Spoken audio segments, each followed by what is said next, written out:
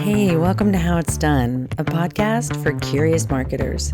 I'm Christy Goad. I'll be your host, and I'm really glad you're here.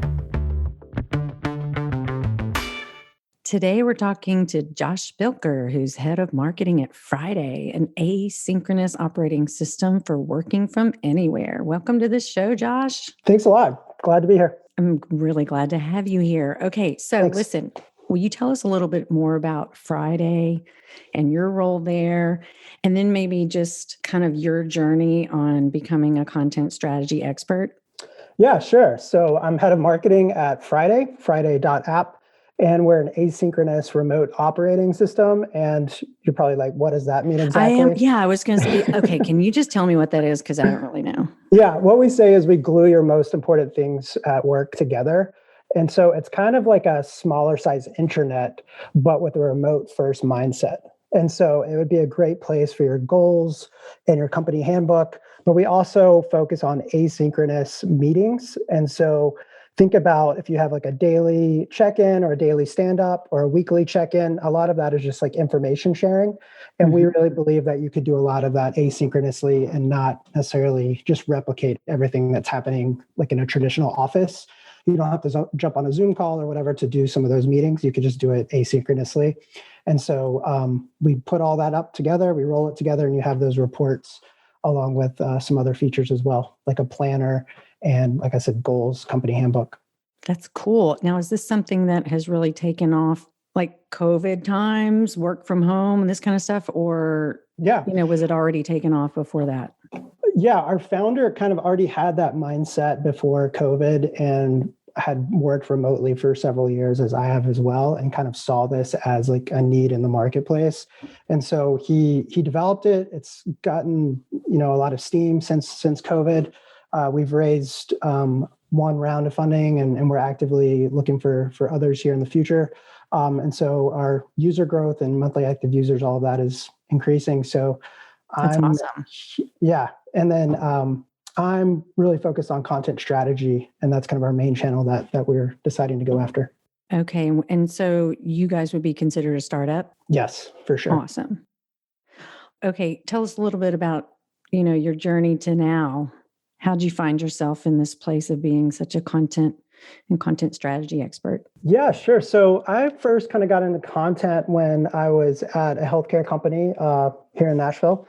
And I was just a marketing manager, kind of a generalist, doing a lot of different things with like a focus on writing. Mm-hmm. And then I started just exploring more about the funnel and different buying and life cycle marketing and all of that and buyers' journeys.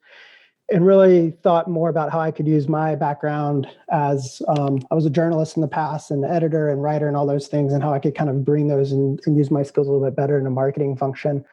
And so I kind of stumbled on content marketing and SEO, and really was looking to use those skills. And at the company I was at, that wasn't quite the direction that they were headed in or interested in as like a main channel to focus on. They didn't get it. Well, we could talk more about that later. Looking back, I don't know if it would have been the right fit for that, strategy or using that as a marketing channel. Mm-hmm. But so then I went to a project management company called WorkZone and started building out their content strategy. Really learned a lot there from their VP of marketing, and then went to a company called ClickUp, which is now evaluated at $1 billion. They just raised like their Series C. When I was there, it was 10 or 12 of us, and I was the only marketing person. So really dove into content marketing there. Saw I think it's like 1,000% year-over-year growth in organics. And then I went to another remote first company called TopTal, which is a remote talent marketplace to where you could hire like designers and different things like that. And they are worldwide. And so I really got a taste of what a remote first company would look like in that environment. Mm-hmm. And so now here at Friday, I'm kind of marrying some of my productivity background with remote first mindset. And with a focus on content strategy. So it's been a little bit organic and I would say pragmatic, opportunistic, and your own curiosity for maybe a lot of just sort of teaching yourself as you've gone and had different experiences along the way. Yeah, for sure. And having a little bit of room to fail along the way is always important. But yeah, I kind of discovered it myself and kind of jumped into it. And, of course, used a lot of online resources to try to put some stuff together along with just practical application. That's cool. So how would you say SEO really ties into your current position, and how are you approaching that? What are some of the kinds of things, if you're allowed to tell us, that you're doing for Friday in that regard? Yeah, sure. Well, I consider myself more of a content marketer than just purely SEO, and those two things kind of get mixed up a lot of times. Can you talk about the difference? Yeah, for sure. SEO, I look at, stands for search engine optimization, and it's usually more from a technical perspective, like making sure your website runs really well and has all these different things for Google, and your site architecture is set up, all of those type of things. It's kind of called more technical SEO. And then there's some what we call on-page SEO, as far as like meta title, meta description, how your page is kind of formatted. That also helps with ranking. And then content marketing plays into that, but it could also encompass more than just search. For example, like your social strategy could, fall into content marketing. Your email nurturing campaigns could fall into content marketing. Your landing page design, things like that, could also fall into content marketing. So I kind of choose content marketing for search is how I usually phrase it, and what I'm mostly focused on. That's awesome. And did you say, do you have a team there that you're working with, or you're kind of coming up with the strategy as well as the direction as well as execution? Yeah, I'm doing a lot of strategy and execution right now. I'm the only marketing hire, but we have some freelancers and kind of some part-time folks that I'm able to work with to put that plan together and to execute on that. So I do a lot of the strategy and optimization parts. I do a little bit of writing, but a lot of times I'm giving that out and then editing it myself. And that's where my writing background really comes in handy. That's awesome. So I noticed on LinkedIn, you have some really impressive stats on there around how you've grown organic search traffic in the past. And I'm just curious, in your experience, what are some of those most impactful changes that an organization can make to really increase organic search traffic? And I think it probably ties back to some of that overall kind of content marketing also that you're talking about. But can you talk about that a little bit? Yeah, sure. I mean, that's like a huge question. It is a huge question. Well, you can feel free to dive in on like a similar thing. Yeah, I mean, I think that's a goal for a lot of folks. One of the things that I always talk to people about is just knowing what the job of the content is. And what I mean by that is this content meant for search? Is it meant for like thought leadership? Is it meant for, your ABM, like sales support? Is it meant for social? Like all of those channels. This is so important, right? That answering those questions. Right. And so it's a huge mistake to expect a piece of content to do all of those jobs. And then when you put the wrong expectations on a piece of content, it's going to fail. Like your evergreen, like what is healthcare marketing piece probably isn't going to like close the deal for you. I mean, it could get you there, but it may not be like the piece to like land, in $1 million account or something. It could be a step on the journey. So if you're expecting that piece to be your sales support, then it's just going to fail in that. And so that's really that upper funnel, right, top of the funnel, really lead gen sort of content. Yeah, exactly. And so if you kind of have that if you're putting the wrong expectations on your content, then it's going to fail. And so I love how you say that. I haven't heard someone really use that term before, the putting the wrong expectations on your content. It's sort of like a relationship. That might be a different podcast. I don't know. But I think that's a huge mistake. And so people just start like putting stuff on the blog with like no purpose and not really looking at, hey, what do we want this to do? Mm-hmm. Because do you want it to rank, or are you just trying to go for like a very limited audience? Or are you just trying to like raise awareness around a certain issue? Like are you just trying to like fill in your email newsletter? And all of those things are fine and have its place, but just don't expect it to do everything for you. realizing, for example, your email newsletter audience is going to be a little bit more engaged, probably a little bit more knowledgeable. They've raised their hand, they've put their email on a list. Yes. And so what you send to them it should be, in my opinion, different than maybe your top of the funnel or even middle of the funnel, people you're still just going after. And so many times because of efficiency or whatever, laziness too, and I've done it before, kind of throw all those things together. And so I think it gets really muddled sometimes. So what's your advice on how to really look at it strategically? And I know there's sort of this editorial mindset, there's sales mindset, everything you've just talking about. So what advice would you have for thinking about the big picture and the different kinds of content and their different kinds of roles? I mean, maybe it's easier to even think about, okay, we're going to create one pillar piece of content, and here's all the different ways we are going to use it and leverage it. And each way we treat it slightly differently. Yeah, I mean, I think that's a good way to frame it, is you probably have one topic or several topics, and then you can kind of break them off into the different channels.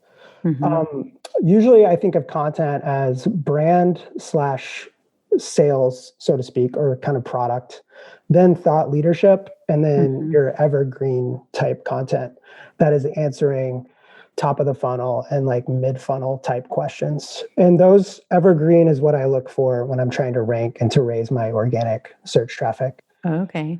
Thought leadership is more just about like industry news or putting your opinion on things. And sometimes that can rank, but that's the type of stuff that, I'd probably be sending out to my email newsletter, to my engaged audience. And is that what you would consider like the editorial mindset? More of that thought leadership? Okay. Yeah, I would consider that more as the editorial mindset. Whereas the evergreen, because if you're trying to get it to rank, and when I think about that, I came from a journalist background, and so I've approached a lot of these. Me too. Yeah. I have a soft spot in my heart for journalists. Not all of them, but in general. Yeah, but with that mindset, it's kind of like, oh, I need to publish 2 times a week or 3 times a week or 4 times a week, kind of, or however many times a month, kind of no matter what. And that is good to like keep your audience engaged. But if you're trying to rank, that isn't necessarily like the approach that you would need to go for organic search. Sometimes you just need to publish as fast as you can, which is kind of in the mode I'm in right now. Other times you just need to have a little bit more thoughtfulness about, like you said, building out that pillar page or that topic cluster and really kind of do your research and kind of free yourself from being like, hey, I need to publish on the blog, every Wednesday. Because if you do have a good direct audience who's coming to you, like a website, a news website or something like that, then yes, you need to do that. But if you don't already have that built-in audience, sometimes, and I've found this for myself, that can be a little limiting and can kind of hold you back in some ways. So in my experience, almost every organization that I work with, there's that sense of urgency. There's that, we just got to get some stuff out there. So what's the best approach to take when you're having to do that? You're in the middle of doing that right now. It's like, okay, perfection is the enemy of progress.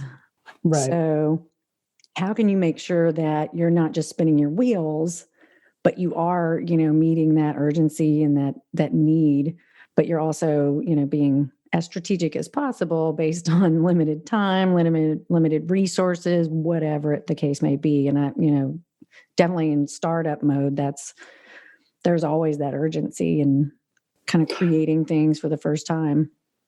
Yeah. So one of our values at Friday is trade-offs, recognizing that there's different seasons for different things. And sometimes you have to like trade off those priorities. I like that. Yeah. And realizing like, hey, sometimes it is good just to make progress and it doesn't have to be perfect. Other times you need to trade off that time and spend a little bit more time on refining and polishing or whatever in that regard. So right now I am in a publishing season because I'm trying to expand our footprint looking at organic search. And so there's been weeks in the past month or so that I've published like 5 posts a week. Wow. And some multiple times a day. Like how long are those? Like 1,500 words. Okay. All different topics or same topics? Some of them on the same topic, some of them on different topics, just going down my calendar and my kind of plan of topics I want to cover. Because again, going back to my expectation is I know the faster I kind of get that foothold on Google, the more likely I'm going to rank or the faster I'm going to rank, or the possibility of that chance increases. So I've done all my keyword research. So what your target audience is searching for. You know what you need, how you need to be found. Yes. And if I already know that stuff, it just helps me the faster I get that out. So then I can assign out 5 to 10 posts all at one time. I'm like spinning my wheels, making creative briefs to my different freelancers. And if it all comes in at the same time, like, great. I'm just going to and if I have the images, just publish it as you get it ready. Go. Because I know, exactly. Because I know, I don't have a built-in audience. I'm not doing it for an email newsletter right at this moment. I will in the future. But it's just like, hey, this is my goal. And so I am publishing as fast as possible because I know then I'll rank, I have a better chance of ranking faster. And that's what I mean by breaking out of that editorial mindset, because I've been guilty of this. I've been guilty of it at Friday, and my CEO was like, hey, we need to speed this up. And I was like, okay, I can speed it up, and started publishing a lot faster because we knew that was our main channel. But if my goal is to have a weekly touch point with my audience, then maybe I just publish once a week on a thought leadership topic. And then the other thing too is I'm also publishing a lot of product pages would be the way to do it. Okay. And so people aren't looking at my calendar or my blog, so to speak, for that. I'm just publishing relevant pages on topics that we know people will look at and buy on. And so that is also. And so are you running, paid search ads on those pages as well? No, not right now, because I've done my Google research and my keyword research to know hey, these pages are going to rank too. I look at the search results, can kind of see hey, this type of page fits better as well. A product page fits these results. And so that's also part of my publishing strategy. And so for those pages, are you taking the blogs that you've published and you're just grouping those together on topical pages? Is that how that works? Or is that something different entirely? No, that's a good question. I can do that. But what I'm finding is I can kind of make these, product pages would be the best way to put it, or bottom funnel type pages. And so for your case, it may be healthcare marketing agency, Nashville, best healthcare marketing agency, Nashville, or something like that. And then we should totally do that. And then that's not a blog post, but that could be something somebody's searching for. And so you have that landing page to where it's oh, okay, here we go. So then you would capture some of that demand that way too. But yes, those are the type of pages that you could also run ads to. So you're building, like you said earlier, you are literally building those pages based on what the search research has told you. Yes. That's awesome. I'll give you an example. One page I just published, I don't think is ranking yet, is for staff meeting agendas, because like I said, we have this asynchronous meeting builder. And so one of the things we're looking at is people are asking questions around, what should I include in my staff meeting agenda? What should I include in my all hands meeting agenda? And so I looked at some of the results and decided to create a certain type of page based on that. And that could be a blog post, but it could also be what I call a template page for our product. So I kind of framed it as more of a product page, but then I could have other blog posts that link to that and kind of interface with that post as well, or with that page. Awesome. That's super fascinating. And how quickly should people expect to see results from this kind of an approach? Do you have to, in terms of setting expectations for your content, and your CEO's hey, we need to get going. You're okay, dude, got it. But, this is going to take 6 months, or it's going to take 6 days. What are you finding there? I wish it took 6 days. 6 days would be awesome. Yeah. You probably have to have 3 times the content, maybe 10 times the content. Yeah. There are so many factors that kind of go into that. And I can talk about a few of those, but usually 6 to 9 months is what your expectation could be, which is why a lot of people don't do it, because they just don't have the patience. Right. It's more of like a long-term investment in your 401k or something like that. I mean, there are ways to kind of like speed it up. One of those is running like paid ads to it to help increase some of that initial engagement and like get some traction as like a social signal. That's kind of what a lot of the people I'm following are doing now, is they're not actually running pages they're not just running ads to like their home pages or specific landing pages. They're actually running very targeted ads to their blog posts, because then they're hoping to capture that audience a little bit faster and to engage and interest people in that. That could help drive up the ranking as well, if you got more people going to that particular content. Yeah, exactly. And so that's kind of a mindset shift. But if you're trying to do it without paying for it, or if you're not really involved in communities, like I guess Facebook groups are kind of the classic, then yeah, I would say like 6 to 9 months. And that's also publishing very consistently. And there's a lot of factors that kind of go into that. But that's a good benchmark, I would say. That's great. And a lot of companies, they just might not have that kind of, like you said, patience or buy-in at the top to be able to execute that kind of a strategy. Do you think that's accurate? Yeah, I mean, because most people are like, we're already blogging already and we're not really seeing results, but it is, like you mentioned at the top, like taking that keyword research, understanding like your potential to rank for that, and then doing the research along with the time. That's cool. And so how long have you been at this for Friday so far? It's been since beginning of February. So we're in, so we're in May right now. Yeah.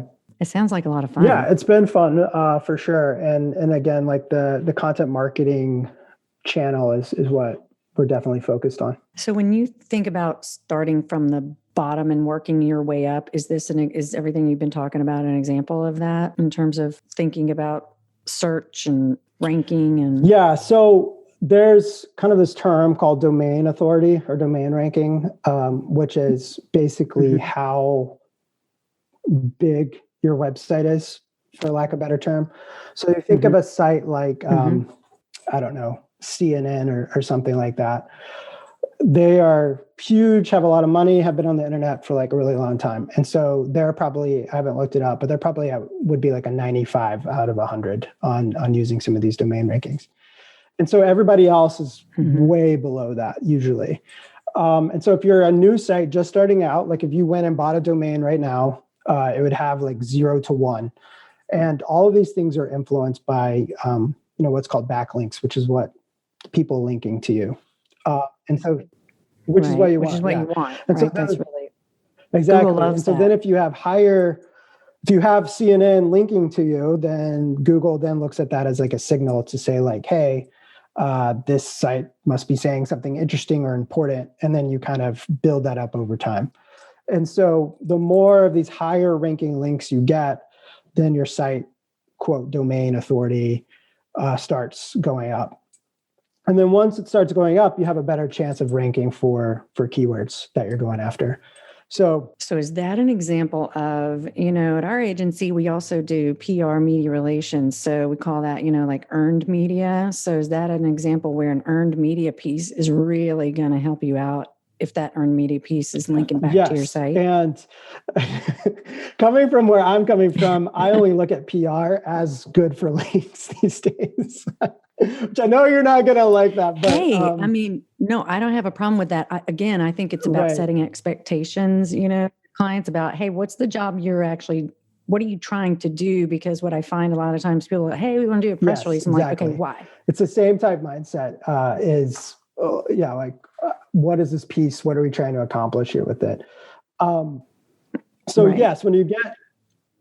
I tell people, let's do a press release as a way to get everybody at the company on board with what's the message you're trying to convey around this. And then let's view this as, at a minimum, this is going to be a piece of your digital footprint and something that the sales team can use to open doors or have conversations or, nudge someone But along. Your phone is probably not going to ring off the hook with people ready to buy right at that minute. The media is probably not just going to start. banging on And the so, door. Yeah. and so that's kind of what my expectation is out of PR and the links I'm looking for. So you start getting those links. Like we just got a link from like Vox.com, which is a media site. Yeah. Oh, awesome. Exactly. Like, and that was, I think, a 90 something domain authority. And so they linked to Friday.app, which then Google's like, oh, this is a site that's doing, something interesting, or they're reputable. And so all that to say is, like, the higher that number is, the more likely it is that you're able to rank. And then that can even change your strategy. And so at first, you're going to want to do what we call longer tail keywords. So best healthcare marketing agency in Nashville, Tennessee, you have a better chance of ranking for that than you do for healthcare marketing agency, right? Because that you narrowed it down to who Noted. No offense on your capabilities. I'm sure you'll get to best healthcare marketer in the world at some point. That's just, it's next year. It's right around the corner.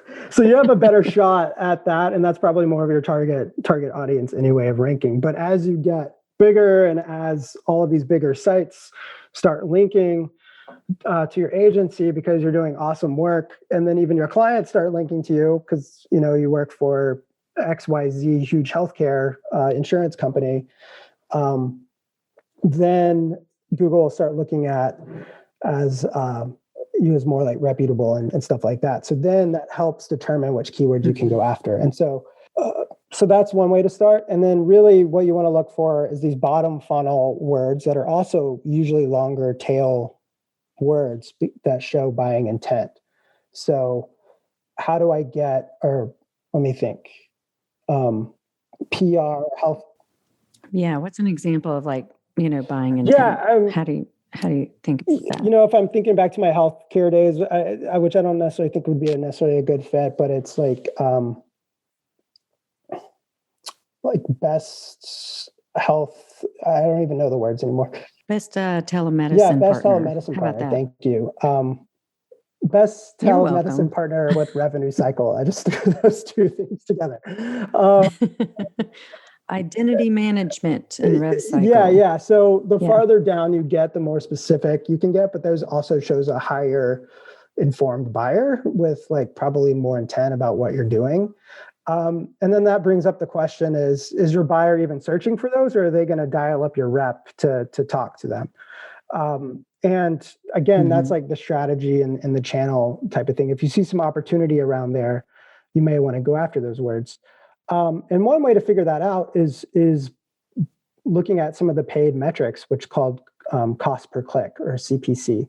So if we know that a large, Blue Cross, Aetna, whoever is running keywords against some of these longer tail phrases, if they're paying to be on those pages, then that lets you know, like, hey, this could be a good word for us to go after, even if it doesn't have a lot of volume. Because sometimes you just need to capture that CEO of whatever company to close the deal or to get interested in your product as a lead. And then that could be all that matters. So sometimes, what do I call that? The CEO search, or the zero search could just be the CEO searching for it. And then that's very valuable. So a lot of times those bottom funnel words, even if they don't have a lot of volume, they could have a lot of buying intent. Got it. That seems like it might be a little bit harder to get at, or am I misreading that? Those are usually easier because people don't Okay. usually create content that is that specific. So if you do your research, and again, even if it's not showing up, but like your customers are asking for it, and you look in like Salesforce and like, a bunch of different people mention this topic, then like, hey, write a blog post for it. It might show up. And is that where it'd be really helpful just to, tap into your sales team and be like, hey, you're out there, what are you hearing? Like, how are people talking about this? What are they asking you for? Yeah. So then you're building from the bottom up, because then the competition is lower, but the buying intent is a lot higher. And so then if you just start answering those questions, you may get some search from it. You may also help your thought leadership. And so some of that stuff I said at the top could start to blend together a little bit as long as you have like kind of the right expectations and kind of thinking about what the purposes of it is. So maybe a good idea just to even, a quick poll of your sales team. Yeah. And that's where you're going to find a lot of your objections and things that, you can respond to on like features or price or whatever. And so you can repurpose some of those other things that you've done maybe for your blog, or not even for your blog, just another post on your website that or page on your website if you don't want to mess up your kind of blog in that way, to help people find the information. That's awesome advice. Do you have any other advice that you might give companies pursuing a content-driven growth strategy? Anything that we haven't necessarily talked about, or things to look out for? Yeah, I mean, I think what not to do. I would not start at the top of the funnel. I always try to start at the bottom. And what I realize is even when I think I'm at the bottom, I'm not always at the bottom. And so it's like those longer tail keywords are really important. And look into like best of or how to, and kind of append some of those words to your search terms to go like another level deeper.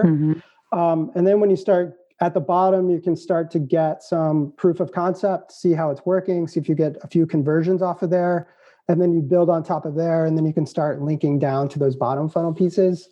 And eventually you'll get to the healthcare marketing bigger type keyword. That's good advice. Is there anybody, and by anybody, I mean like a person or a company that you just like, you're like, oh man, they're the holy grail. They're doing such a good job at all of this, and you kind of keep an eye on? Is there anybody out there like that? Yeah, sure. For you? One of the groups I learned from is a content marketing agency. They're called Animalz with a Z. So it's ANIMALZ.co. And they're a content marketing agency, and they have worked with some very notable large companies, but I kind of look to them for thought leadership, at least around the content marketing space. And I get a lot of like tips and help from them. So that's definitely one company I would look at. Cool. And then one person I've learned a lot from on LinkedIn is his name is Chris Walker. And just like it sounds, and he runs a company called Refine Labs, which is an agency. And he used to be in, I think it was medical device sales. And he was running very traditional plays like, the trade show route, running like paid ads and kind of doing the normal healthcare marketing type thing. And then he kind of took a step back and was like, hey, how can I take some of these dollars and see where we can improve our leads and conversions? And so he moved more into like paid and demand generation. So he has a lot of good kind of thoughts on the current circumstances around, I would say, like ABM and some of those larger enterprise type deals. I've kind of moved out of that in my experience now. I'm more in like freemium type subscription models.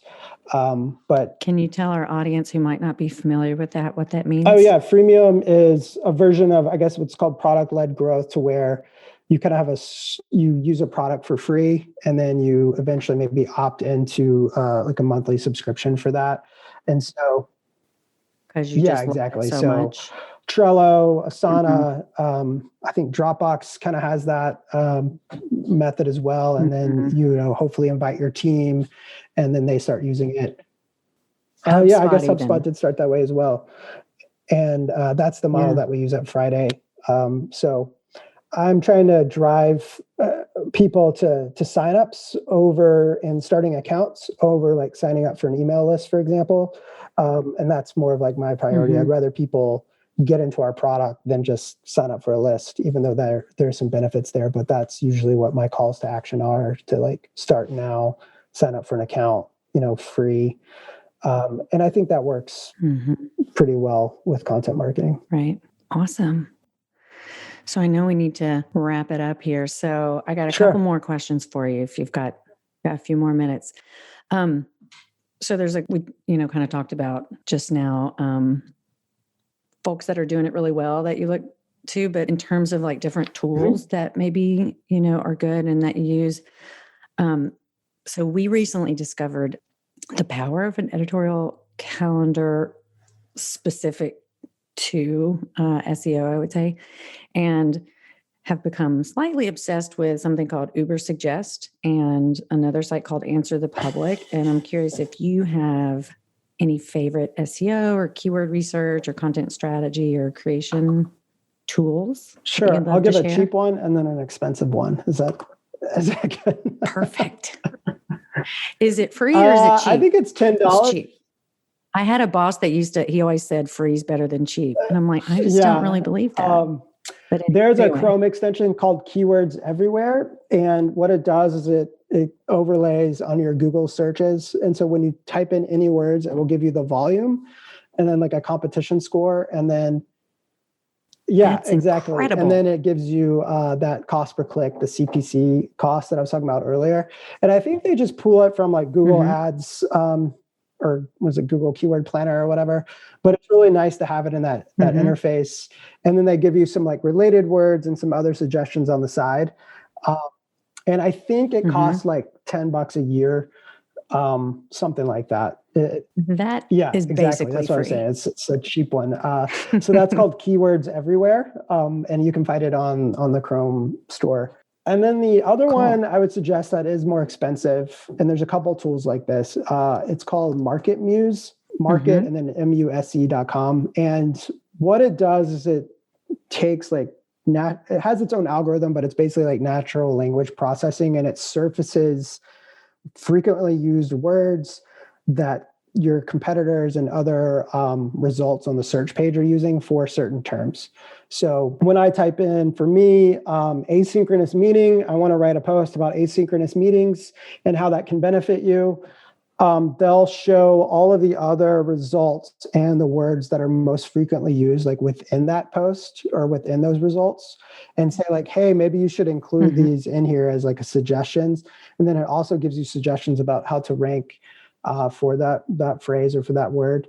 And so it's not quite keyword stuffing because you're not just like putting the full list in there. You do need to like include it in a more natural way of writing, but it helps. And keyword stuffing, I talked about this on my recent Spark session. That's not a good thing, right? Yeah, That's a bad thing. It's almost impossible to do anymore. And that is back from like 15 years ago, where people would literally just have like a list of words like kind of hidden on the page, and you couldn't like figure it out. This is about trying to use these words in naturally, like in your paragraphs and in your headers and things like that. But it also helps you like think about the perspective of the piece and say like, hey, how are my competitors that are already ranking approaching this piece? Should I approach it the same way or should I do it differently? And, that's kind of up for the topic and for each individual marketer and writer to decide. But Market Muse helps surface some of those insights. And so I use that a lot, and they have like a scoring system to let you know where you fall compared to the competitors for that search term. It's for the serious marketers. I have it up. I mean, they have plans from like $80 to $500 a month. Yeah, with different functionality in that range. Cool.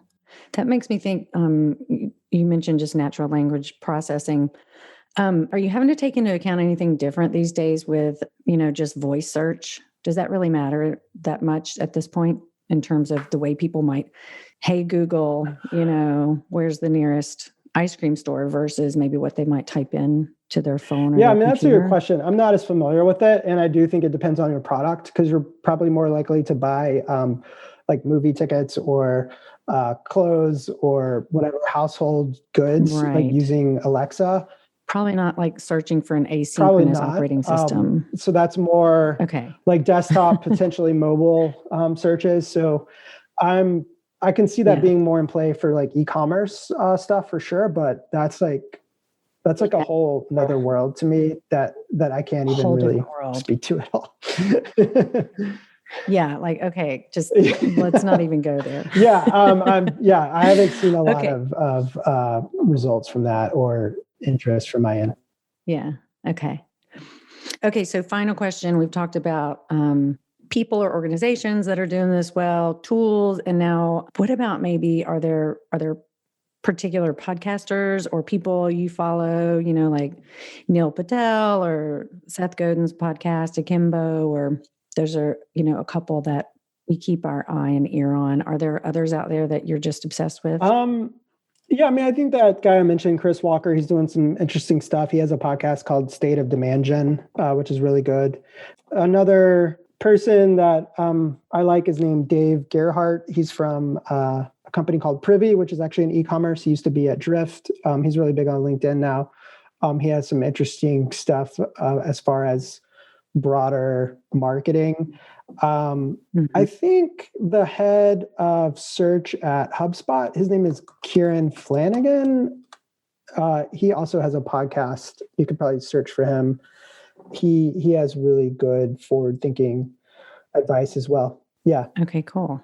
We're going to put all of these in our show notes so that our listeners can have all these really handy if they want to go check out any of the things we've been talking about, any of the things, the people, the tools, all the stuff. Well, thanks, Josh. I really appreciate it. This has been super enlightening. I know I've learned a lot. Hopefully our listeners will learn a lot as well. I really appreciate you taking the time. And before we sign off, assuming you would like people to get in touch with you, what would be the best way to do that? Yeah, I'm on Twitter, just twitter.com/Josh Spilker, Spilker. I'm on LinkedIn at that same. I do blog sometimes about content marketing at growthcontent.io. It's a really bad looking site, but I'm trying to update it and put some new stuff on there. Yes, hopefully great content. Awesome. Okay. Well, thank you so much. Thank you. Well, folks, that wraps up this episode of How It's Done. My guest today has been Josh Spilker. For more awesome content on this and other guests, please head over to our podcast page at growwithfuoco.com/podcast. You can also subscribe to How It's Done and get all the latest wherever you get your podcasts. Thanks for joining us. That's it for now. Thanks so much for listening. We're looking forward to keeping great conversations coming your way as we grow this podcast. There's even more great content from our conversations on our blog. Be sure to check it out at growwithfuoco.com. That's grow with Fuoco, Fuoco.com. Stay tuned until next time, and no matter what, stay curious.